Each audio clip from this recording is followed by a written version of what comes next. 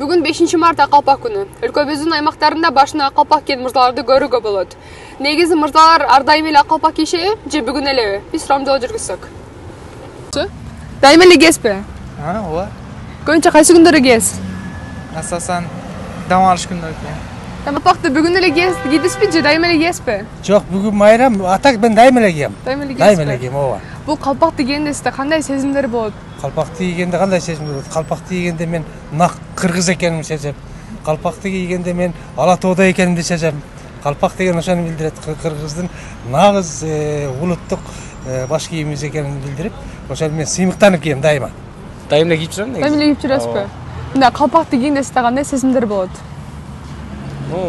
Патриоттук сезимдер болот албетте. Дайым эле киребиз. Дайым эле? Ооба. Кийгенде сизде кандай сезим болот? Сезим болот, жөн эле калпак кийгенде эле го. Дайым эле кийем. Дайым эле кийесиз. Көбүнчө кайсы жактарга кийесиз? Шаарда эле, жумушка барганда, анан көчөгө чыкканда эле. Қалпакты кийгенде кандай сезимдер болот сизде? Эмнеси болсо да патриоттуулугу ойгонот. Биринчи очередте кыргызбыз, улуттук баш кийимибиз, допу кийбейбиз же тумак кийбейбиз.